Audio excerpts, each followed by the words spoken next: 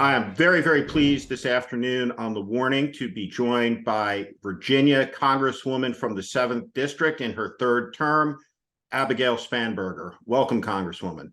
Thank you so much for having me. So I'm really excited to have you on today for a lot of different reasons. But the first is this. It's simply not true that every member of Congress is a ne'er-do-well, is a crook, is somebody who on any given day should be institutionalized. There are some exceptional people, people of judgment, people of intellect, people of character, who are patriots, who you want in positions of responsibility for the nation's future, for its security in the present, and looking down the road 50 years from now. And this is one of those people. So I am really thrilled to have her with us today to talk about the future of the country and this moment in politics. So I'm really thrilled to have you. Thank you for the kind words. Thank you. And yeah, I'm proud to serve and proud to be considered among those who are not ne'er-do-wells. So I think that history can teach us a lot. We can look back at its lessons. It tends to repeat itself, or at least as an imitation. But the one thing we can't know from history is we can't know what it felt like in the moment, the tension. When Franklin Roosevelt was facing off against Charles Lindbergh in 1940 and the Lend-Lease Act passed by a handful of votes, or when the draft was maintained in 1940 by a single vote. And you think about the implications if the U.S. Army had not begun the draft when it did before Pearl Harbor, the catastrophic results would have followed. So understanding the stakes in those moments, whether it's 1863 and the draft riots, what does it feel like to be a member of Congress right now? And how worried are you? Oh, this is a very interesting question. It feels, what does it feel like? There are days when it feels disorienting and like I'm trying to maintain touch with reality. There are days when it's exasperating. There are days when, you kind of have those moments looking around and hear some of the things that some of my colleagues on the other side of the aisle say and think like, you can't possibly be serious. And I think that really in terms of, my commitment to service at this time is that there has to be steadying forces. There are people who want to dizzy us with the things that they say. And I remember actually a piece of advice I got when I first started running for Congress. And I ran against, a guy who came in the Tea Party wave. It was the seat that previously had been held by Eric Cantor, then Majority Leader. He had a primary from the right as part of that Tea Party wave. And he was ousted in the primary. And so then I ran against, in 2018, Dave Bratt, who had unseated Cantor.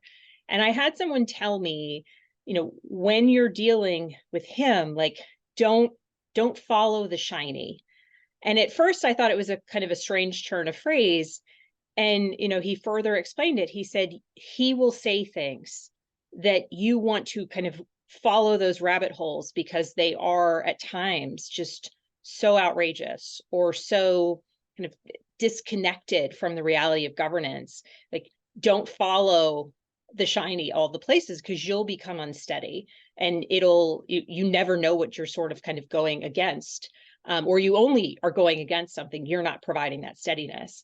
And I think about that because I think the individual who gave me that advice could have never imagined how important it would be on Capitol Hill, because sometimes you'll hear, particularly people who say unbelievably ridiculous things, Marjorie Taylor Greene or Lauren Boebert or, Bob Good from Virginia, a whole host of people who say unbelievably outrageous things that feel disconnected from the Constitution, disconnected from American values, disconnected from the responsibility of governance.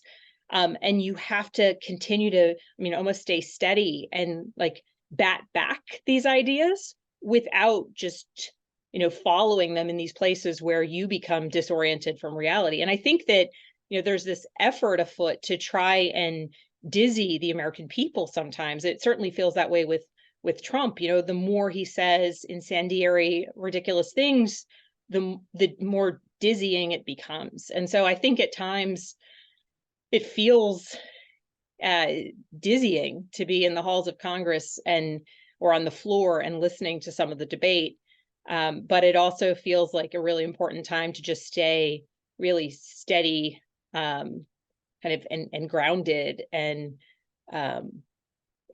heavy with the responsibility of the work that we're supposed to be doing, and with the responsibility of what governance should be.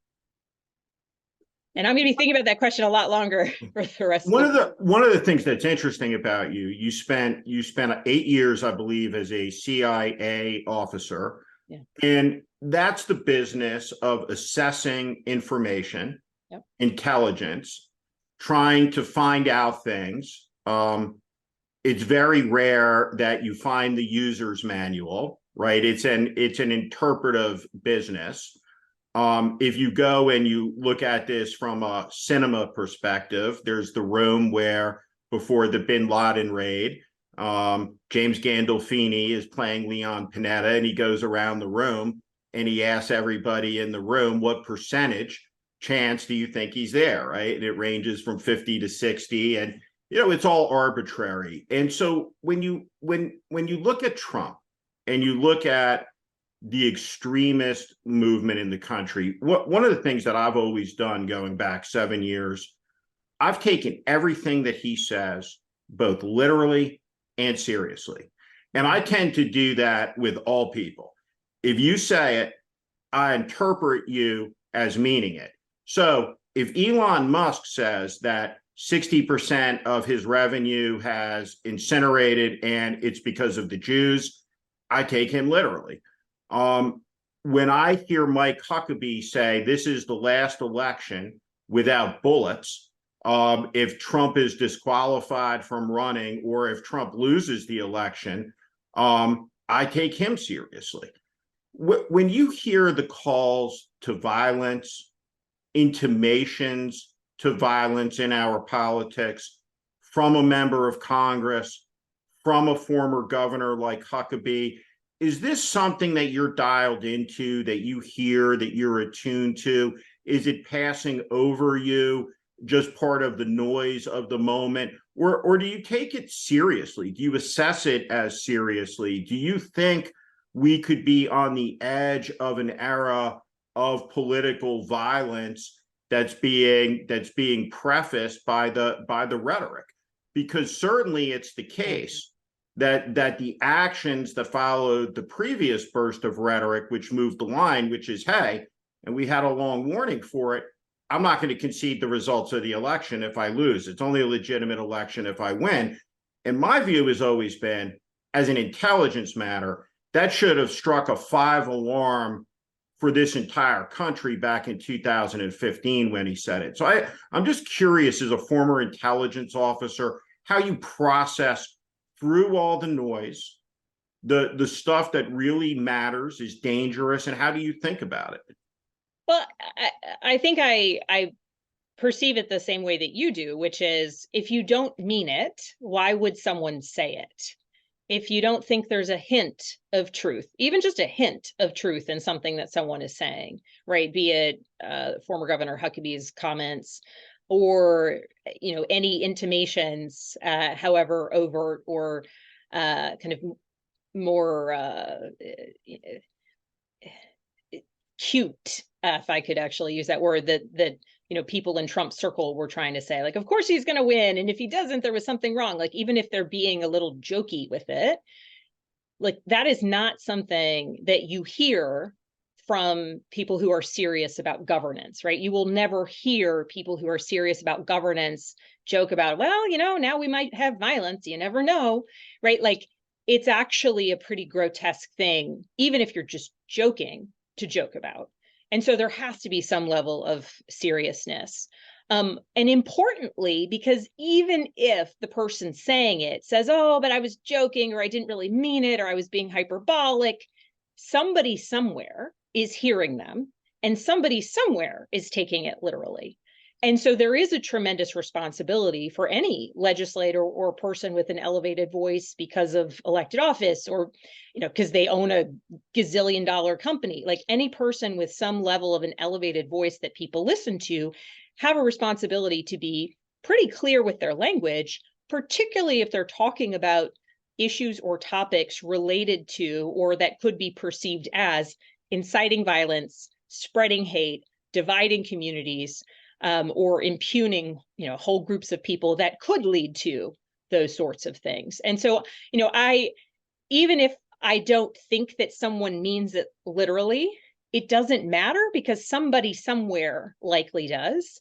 And it's not a question of what you say or what you mean. It's a question of how people perceive your comments.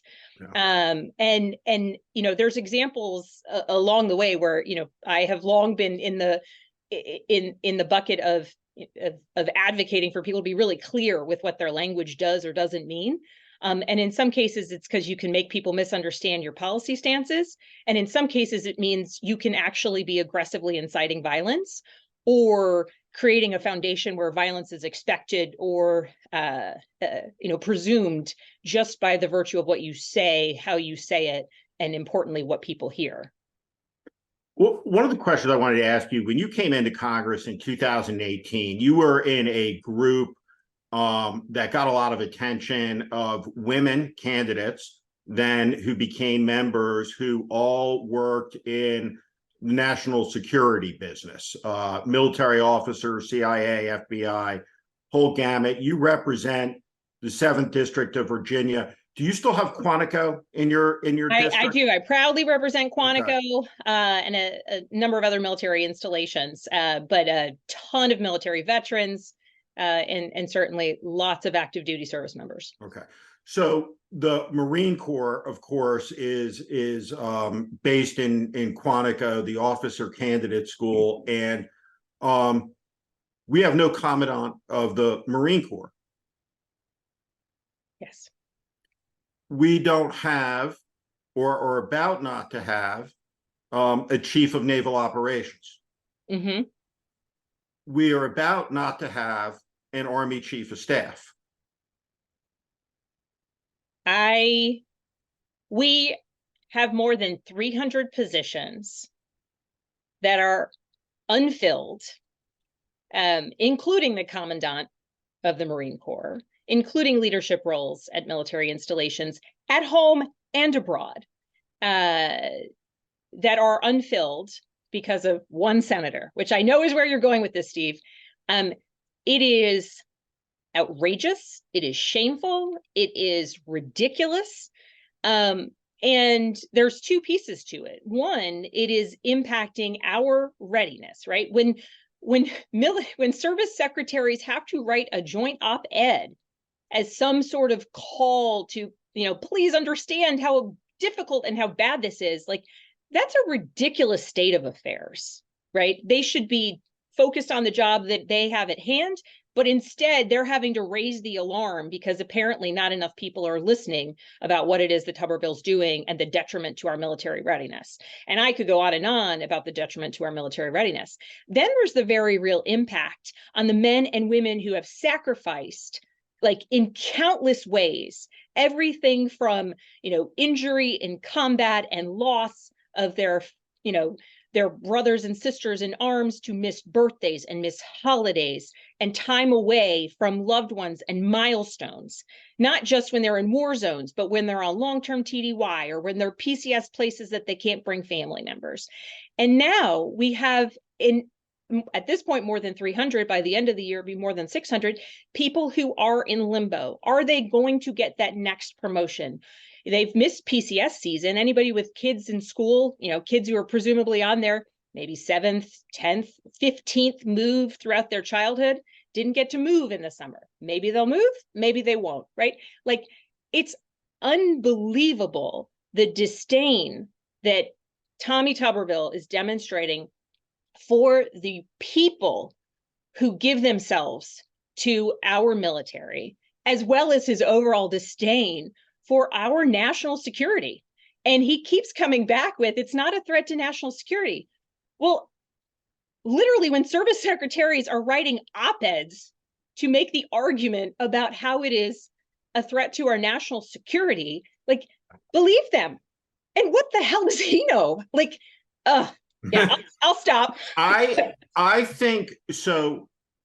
And then here's my question, because it becomes a political question, right? So the NFL season is upon us, right? So the great theater of performative patriotism, right, is about to begin anew. We will see the giant 100-yard flags.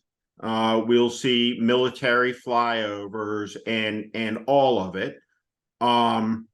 Without regard to any of the underpinning ideas of the republic, high sugar jello, right? A diet of pure crapola. And I guess it's a political question.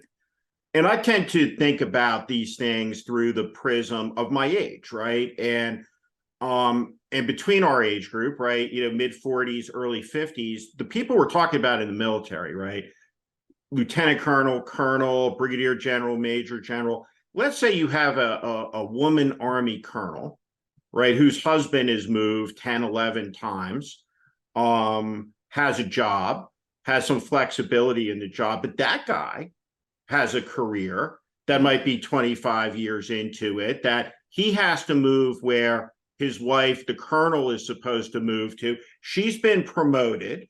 She has an assignment, but she can't lawfully engage in the assignment because she's above a rank that requires a Senate confirmation. So you've created this traffic jam, as you said, that will exponentially grow now. It's at 300. A couple months from now, it'll be at 600. And then it'll start to demonstrate the miracle of compound interest, right? We'll go from 600 to 1,200, and we will very quickly have a force that is not ready to fight. And Steve, what happens to that 40 to 45-year-old who's hit their 20, right? Who can easily pivot out, can go, frankly, make a lot more money in the sector, can have a lot more home life stability in the private sector, is going to be headhunted as soon as they come out with their military credentials and their incredible experience of leadership and all that, their resume would contain. And yet, like, what are we, the United States of America, demonstrating as our commitment to those who say, you know what, I could leave after my full 20, proud of the work that I've done, the sacrifices I've made, the service that I have demonstrated, and I can go do my second chapter, and it'll be great. And I'll take family vacations and I'll make a shit ton more money, right?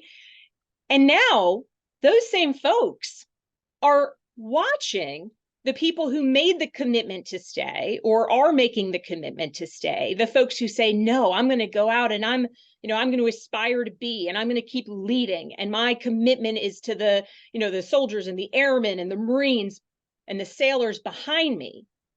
And they're watching those folks be part of that traffic jam. They're watching spouses lose out on jobs. They're watching kids get screwed with in their ability to move between schools, right?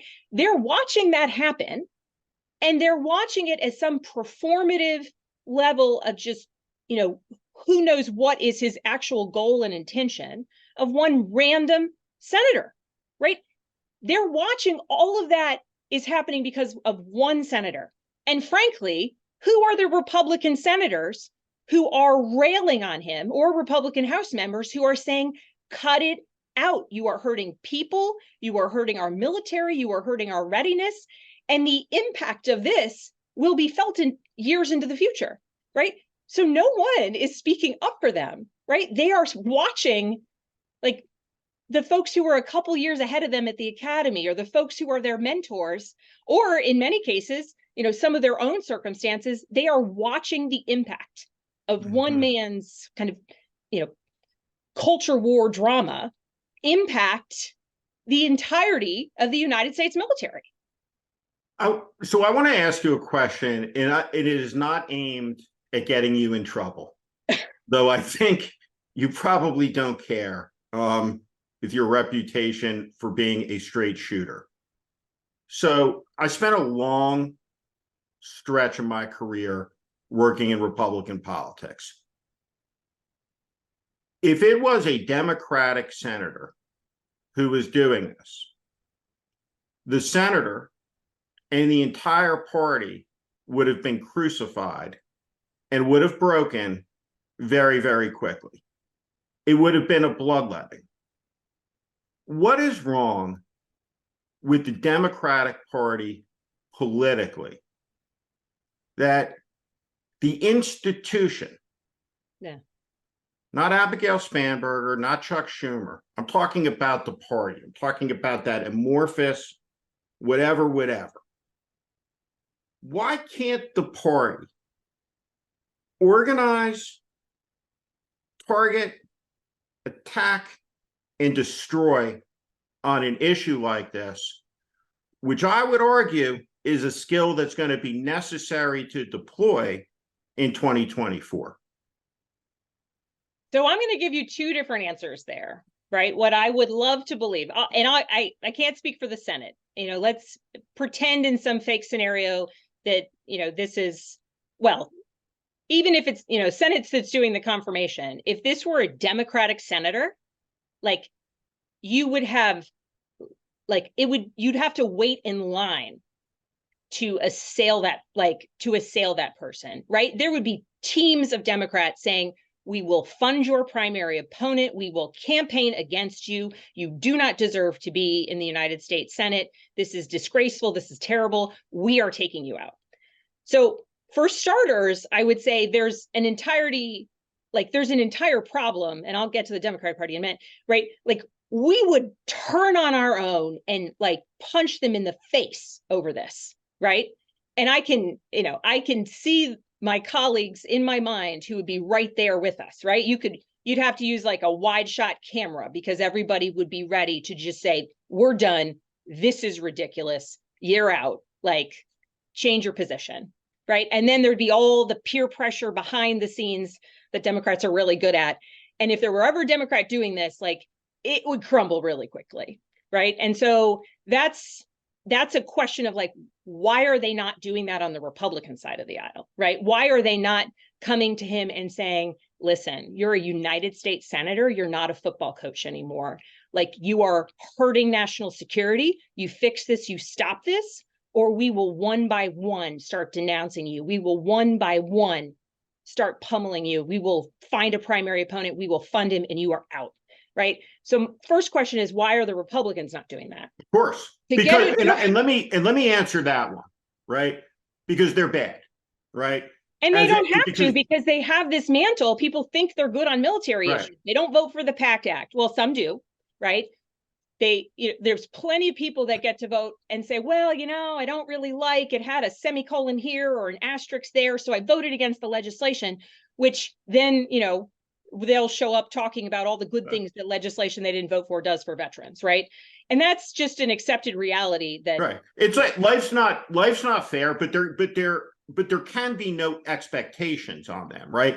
Yeah. I mean, when you've taken a walk on the idea of we choose our leaders through an election, which de facto through a mix of complicity, cowardice, and silence, right? That is the de facto position of the party, right? So there are no expectations for that, so right? Then so to get back to the answer your question about Democrats, I think that what continues to be a problem is Democrats are too nice, right? And I say that as I'm a very kind, eminently nice person. At least I try to be.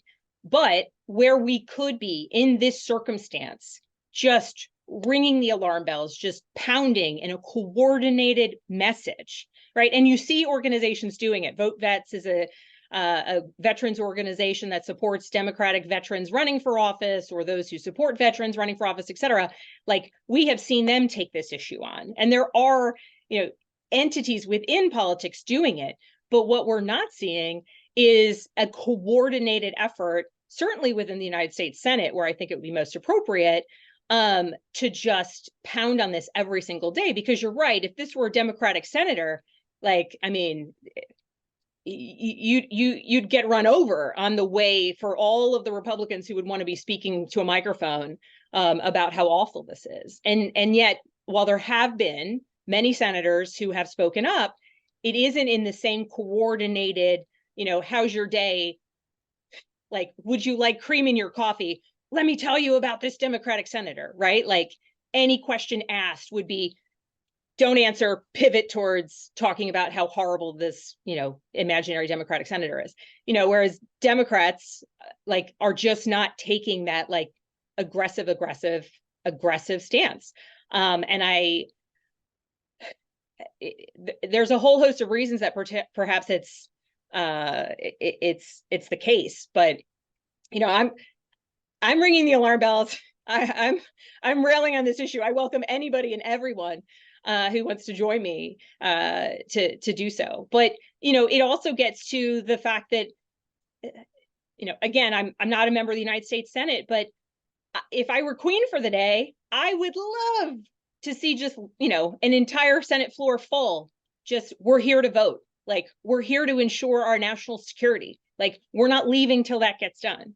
And I will say that that's a little bit of a difference between the House and the Senate, because there's certainly been times that, in the House, both Democrats and Republicans have an inclination to be a little bit more demonstrative with the way they make points.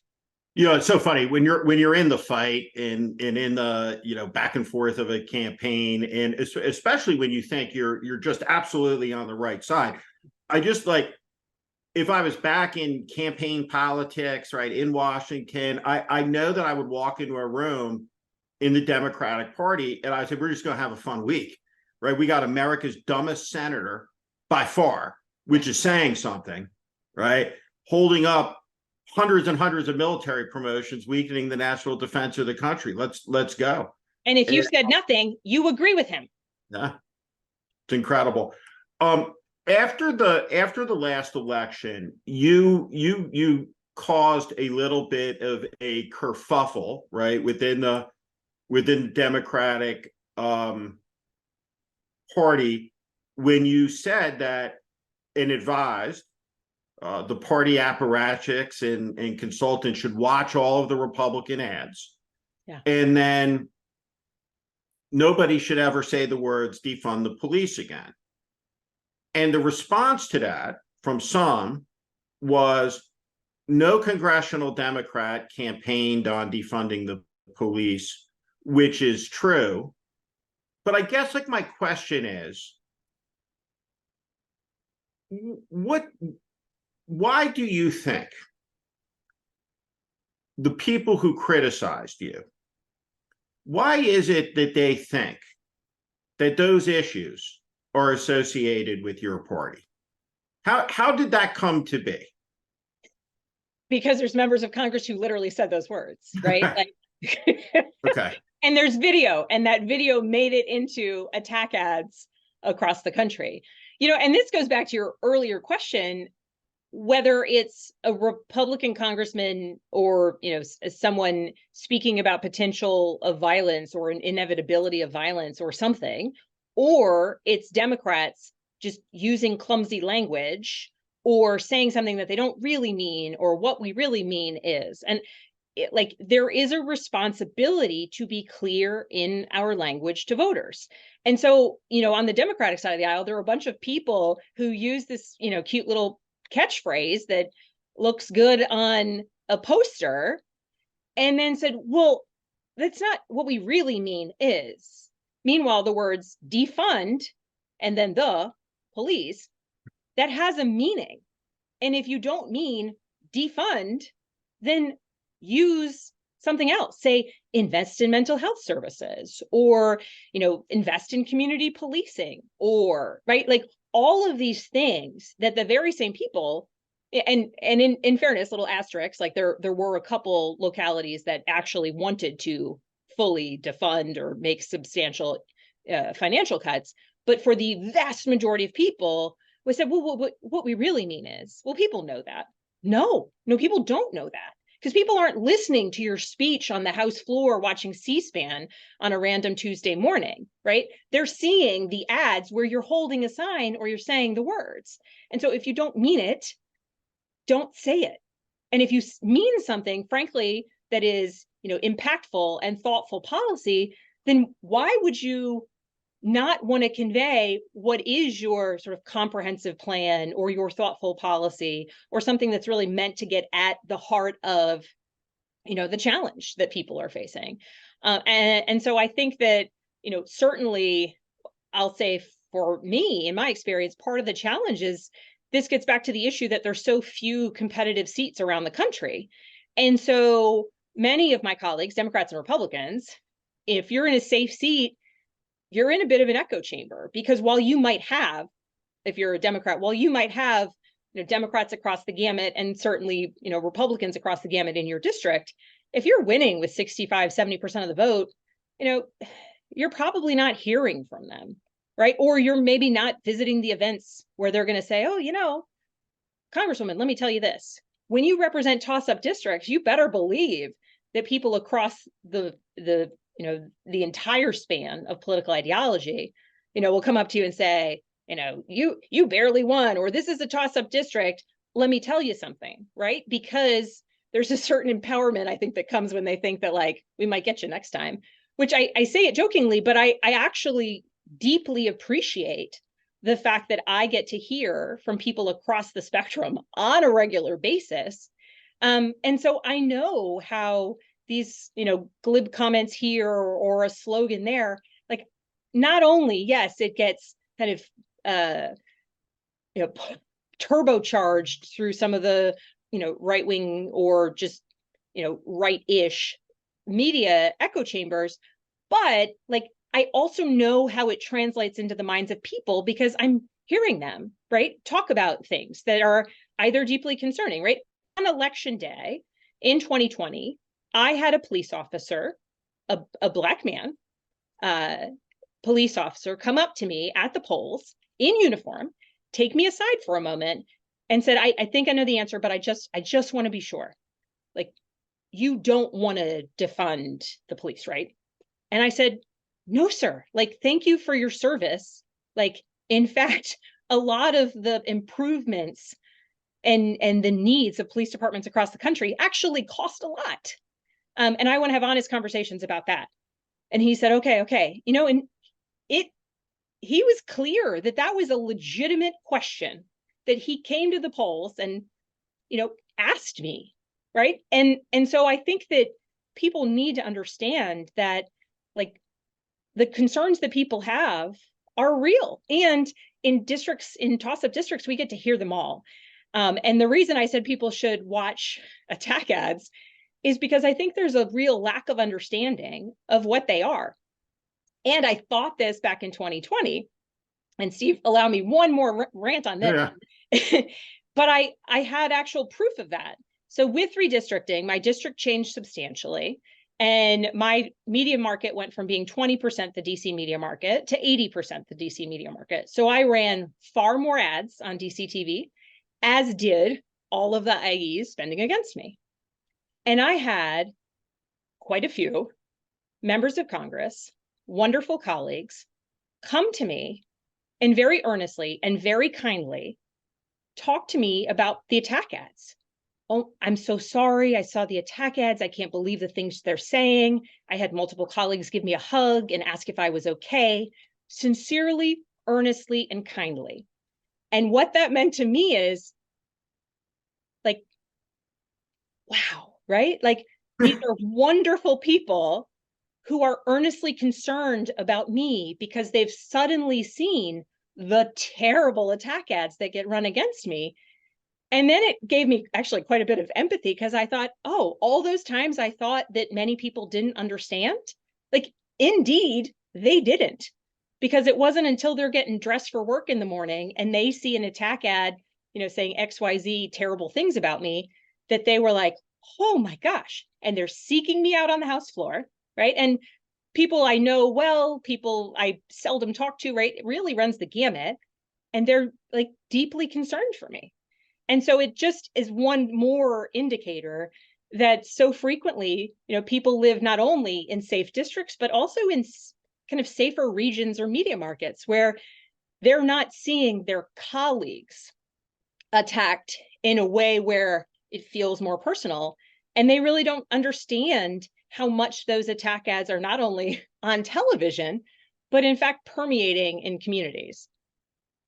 I just drove across the country from Santa Barbara, California, up through Mount Shasta, through Oregon, Washington, through British Columbia, kind of on the border, and ended up in New Hampshire where my parents live, about 4,300 total miles. And I had a couple of observations from the trip.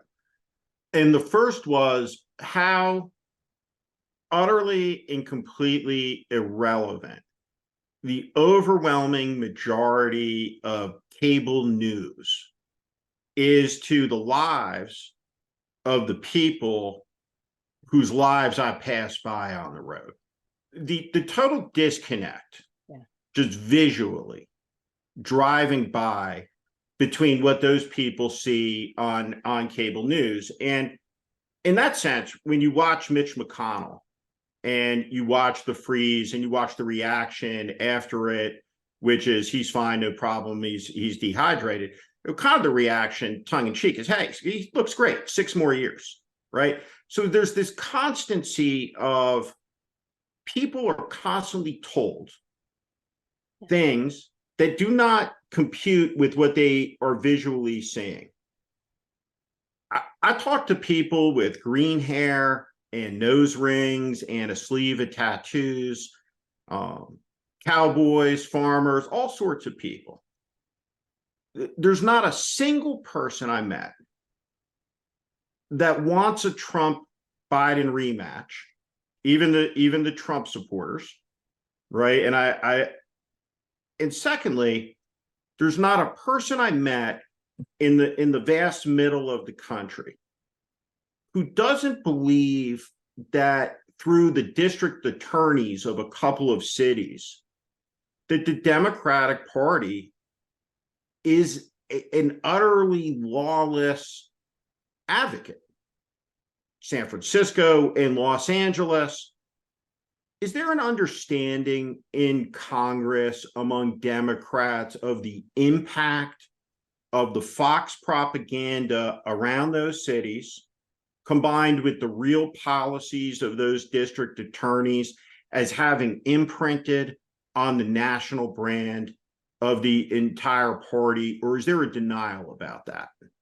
Not to speak, there's certainly exceptions to every rule, but I think broadly, there's either a denial or there's a sense that it's not relevant or there's a lack of attention. So whether it's, someone actually sort of making the decision to say, no, that doesn't matter, or someone just saying that, oh, that's not relevant. I do think that it is a very, very, very significant problem. And, I hear it in my district. I always have. Some of these comments that are coming to you straight from Fox News or straight from whichever podcaster, and I do think that across the board there's a denial that those comments are breaking through, but more importantly, a lack of understanding of who they're breaking through with. Right? It isn't the folks who have been wearing MAGA hats since 2016, right? That isn't just the folks who have been all in for Trump since he came down the escalator. It's an issue, and I think you were getting at it with the comment about Mitch McConnell. Like, it's also just an element of people feeling disoriented and feeling like people aren't being honest with them. And so, I don't want to necessarily get into the man's personal health, but I've been dehydrated before, right? I'm drinking water during this interview, right? Like, I think if you're saying that to a farmer out in the field who's working in 100-degree weather, checking on his cattle in Virginia, like, the idea that a man in a suit is just so dehydrated that he, freezes in place and has this episode, 2 of which have been caught on television, who knows if there's more, right? There's just I don't get it, right? And it may not be the focus of their day. They might not think another thing of it, but it's a little bit of like, oh, okay, sure. Just more kind of politicians saying, don't believe your eyes, right? And so whether that happens on whichever, like, no matter where that happens, I think that one of the biggest challenges that we face as a country is that we're not giving the American people enough reasons to trust us and believe in us as legislators, as members of Congress, as folks who should be focused on governance. And I think that is the foundation on which there's really fertile ground for people to believe anything from extreme conspiracies to just it's all broken, I'm done, right? And I think that that's the foundational piece that's really problematic. And then to get to your question related to the Democrats' perception of things, I know that my district is unbelievably different from San Francisco, right? Like everything, our geography, our industry, like all of it. But I also know that, people in my district might be seeing two things. They might be seeing what's happening in some far off place that, maybe they visited, maybe they've not, maybe they never will. Like they're being told it's somehow relevant to them. And do they listen? Do they not? But then it's also where they live, right? Where, like, what's important to them is also not being talked about, right? When was the last time we had, national media or, cable TV just talking about what's happening in agricultural communities, right? Outside of some of the fear mongering related to China farmland, which of course, is an incredibly important issue, but like, unless it's some kind of weird exploitive man on the street, like you're in Iowa or you're in New Hampshire, like, what do you think? Right?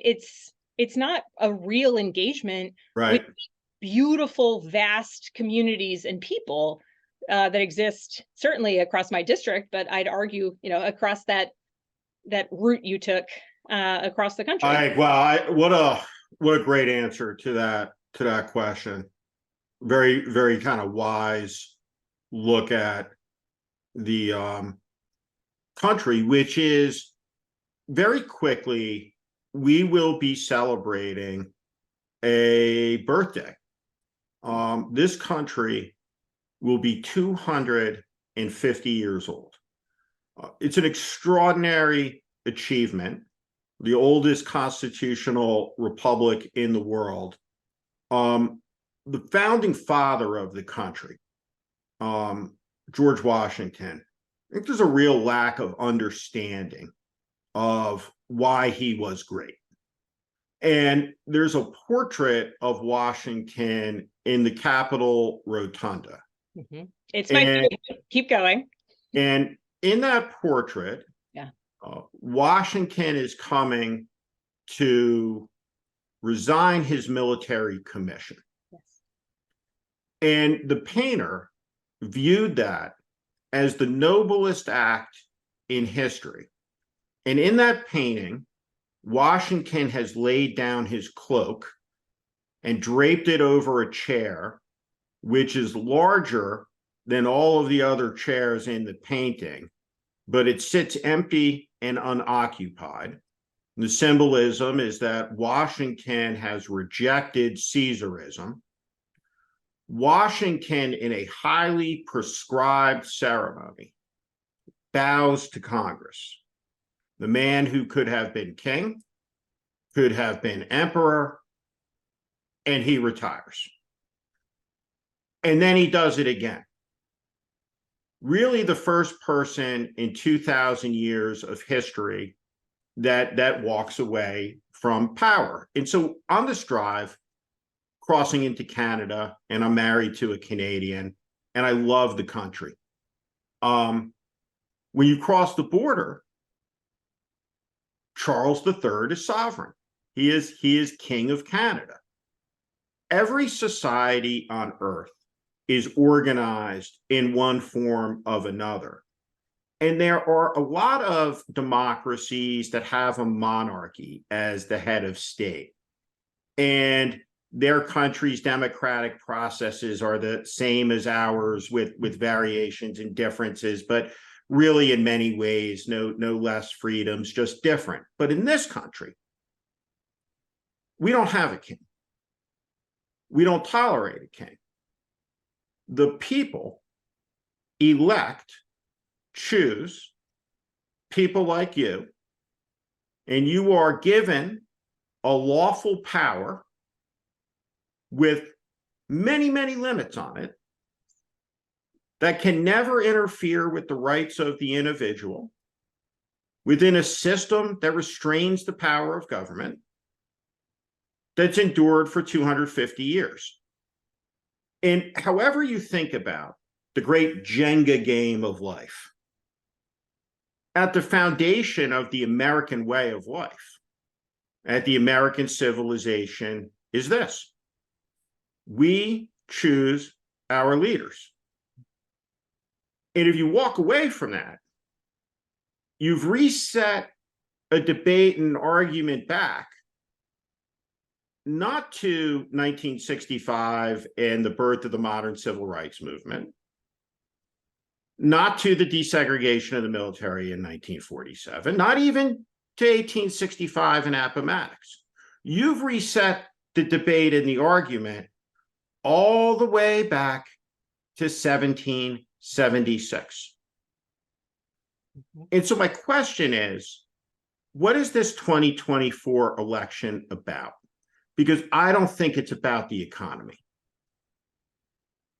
Well, I will add, before answering your question, that portrait, anytime I am with any group visiting, that is the painting that I point out. Because here is a man who could have been king, who chose to resign his commission, who chose to limit his own power, and he did that for the country, for an ideal, right? Also, beneath where that's in the rotunda, beneath it is the crypt. And the crypt is called the crypt because it was supposed to be the burial place of George Washington.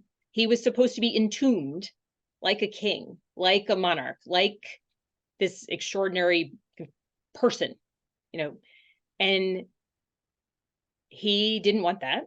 And after his death, he was brought back home to Virginia to be laid to rest in Virginia, the place he's from, and not at the seat of power for the United States. And I think that there's something even, of course, as Virginians, we like to tell that story because he went home to Virginia.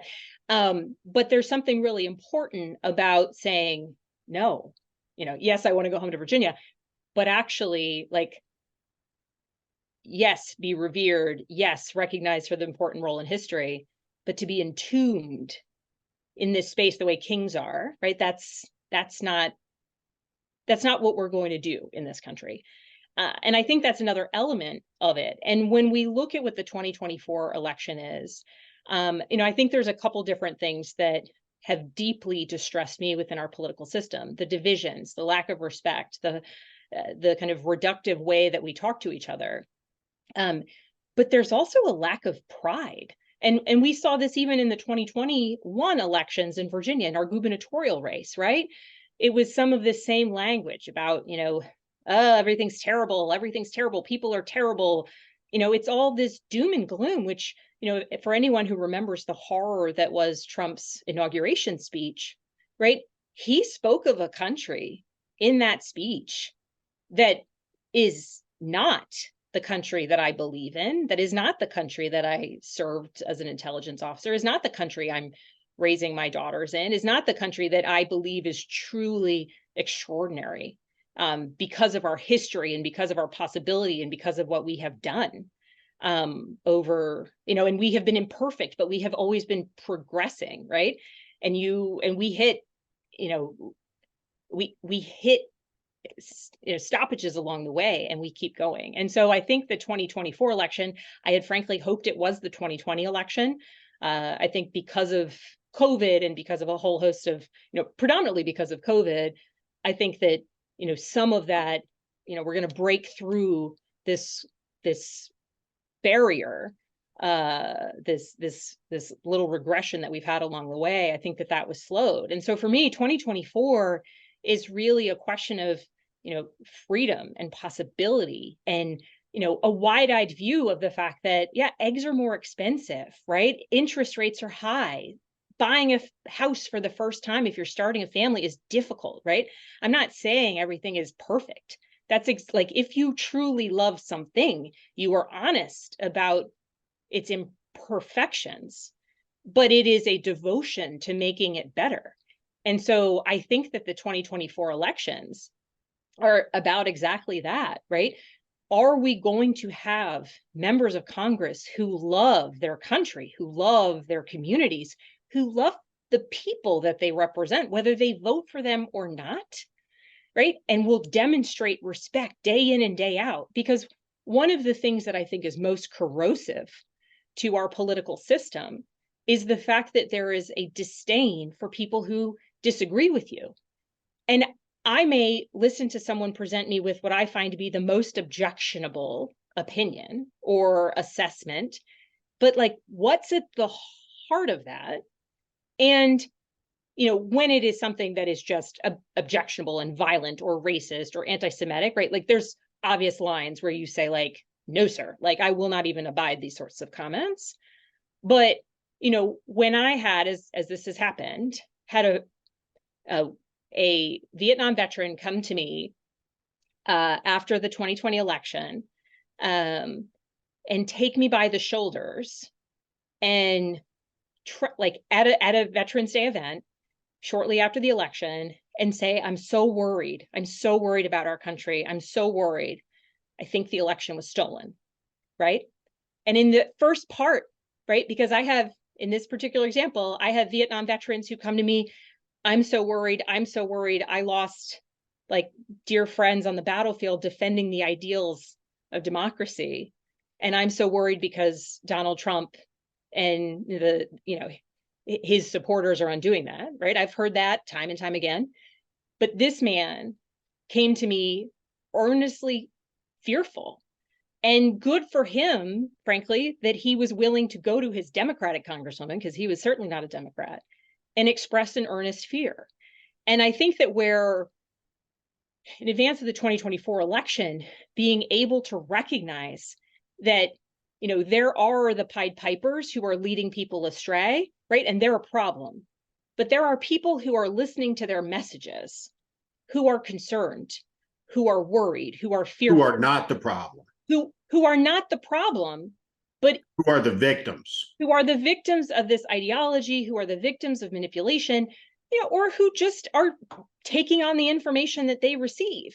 And we can't obviously talk one-on-one to every single person, but to make sure that when we have someone come to us, be it in a TV interview, however we can get the message out, to demonstrate extraordinary respect for people, extraordinary respect for our nation, and an extraordinary level of commitment to continuing that path for progress. Not, oh no, everything's fine, nothing to see here, right? A clear-eyed view of the challenges we face, but a deep commitment to make it better. And I think that the 2024 elections, yes, issues of the economy will be important, because at times that's the way people talk about things. Yes, abortion rights will be important because it's a question of freedoms and how people feel respected or not respected within their society. But foundationally, it's, do we believe in this system, and do we believe in the people? And this is where there's a responsibility for members of Congress or any elected official to just demonstrate good behavior and professionalism and a commitment to doing right by people. And I think that sometimes this gets back to, how do you separate that from, sometimes the politics of it? And I think the reality is, like, I want my children to grow up as proud of this country as I was, as I grew up, right? My father had been in the military. He was a federal law enforcement officer my entire career. Like, for me, it was, how do I serve my country? Like this place, right? Like when I was I speak multiple languages. Every time I was an exchange student, like I How many slapped languages do you American speak? flag badge on it. I'm like proud to be the American. I speak French, Spanish, and my German's pretty bad at this point. And once upon a time, I was highly conversant in Italian. I can still read it, but I can get by in a lot of ways. But professional conversations at this point, French and Spanish. But I wanted to ask yeah. you two last questions. The first, I was on a conference call yesterday with two guys. One of them is a Democrat, another old school but anti-Trump Republican. But what we share in common is we're all from New Jersey, which is where you're from. And I said I was interviewing you, and you left New Jersey at age 13. And so there I'm going to was fact check you on that. okay. I was born in New Jersey. I left as a baby. Okay. And then we moved back when I was kindergarten through the middle of 4th grade. So I lived there twice for little stints. So we had a question, like, did you qualify as a Jersey girl? When I said when we were doing this, and the question, right, because it was a mixed result on the vote. And the question was to figure it out. If you qualified as a true Jersey girl, can you name the exit number on the Parkway for Red Bank, New Jersey? All right. I have 2 comments to this. One, the day after I won. So I moved away from New Jersey when I was 9 years old. I lived there for 4 years. Well, I was born there, baby, left when I was 9 months old, then was there from 5 to 9.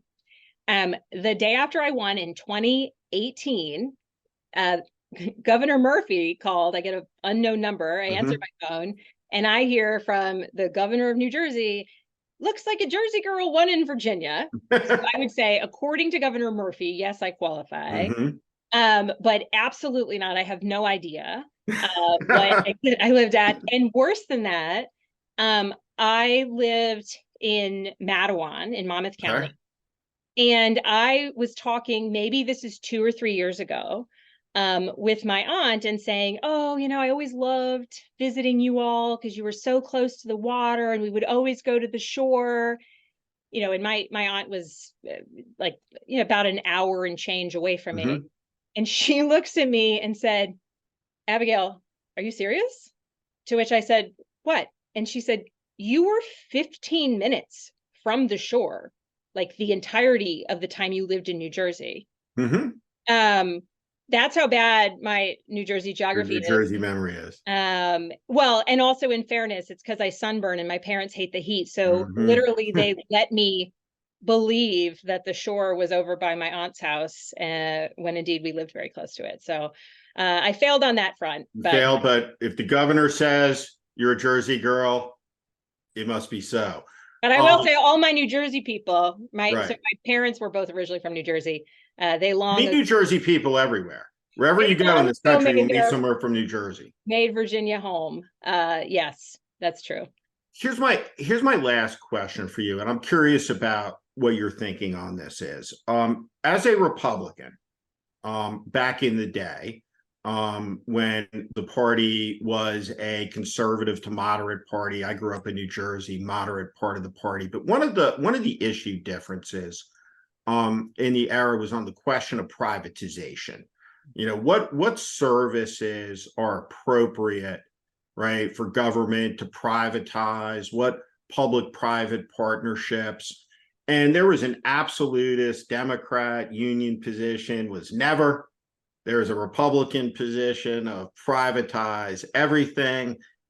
And I have evolved on this issue in a way towards partnership, but against full privatization.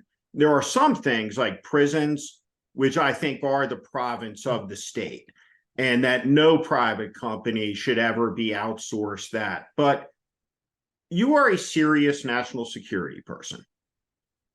I think that America's strategic posture should be that we must maintain preeminence in the air, on the ground, in space, in cyberspace. When you read about Elon Musk disabling an attack by the Ukrainian military on the Russian fleet through his Starlink service and the primacy of his position regarding America's space program, its reliance on him, the erratic behavior, the overt anti-Semitism, do we have a problem? I think we have an absolutely significant problem. I think that there's discussions related to privatization, and then there are discussions about privatization that are also then wholly dependent on one company, one person, right? It's one thing to bring in a variety of bids. It's one thing to say, okay, the express lanes from DC to Fredericksburg, like where can we work with private industry to build those out, right? That's very different from, are we going to be able to help our Ukrainian partners, or will the whims and pro-Russia kind of position of one man impede that? When we're talking about, are we going to be able to get our researchers and items up into space, and it's dependent on one man and the whims that he may choose to take his company in a particular direction or another, right? There it is literally the, I think, example of, we've put all of our eggs in one basket. And I honestly think there's something very interesting about, if you look back about all of the articles about Elon Musk, right? All of these effusive, look at this interesting genius, right? Like, it was almost like the makings of a Marvel movie, right? The way that he was viewed as this like person who was doing all these things. And I think that, and I suppose I would venture a guess that somebody in room somewhere were saying, hey guys, wait a sec, is this a good idea?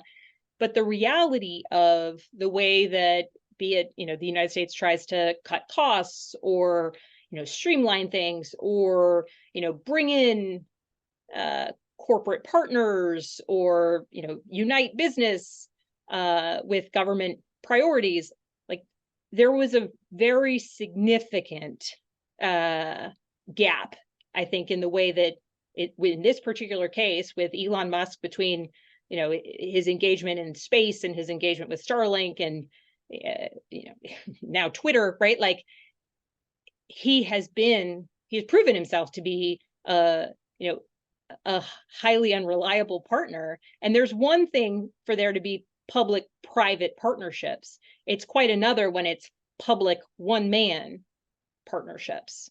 And so I do think that there's significant national security implications, because, what's next for him? What does he choose to do or not do next? Well, I can't thank you enough for taking time out of your schedule. I know how busy you are. One of the very finest congresswomen we have, an outstanding member of Congress, and thank you very much. Thank you, Steve. I really appreciate the conversation.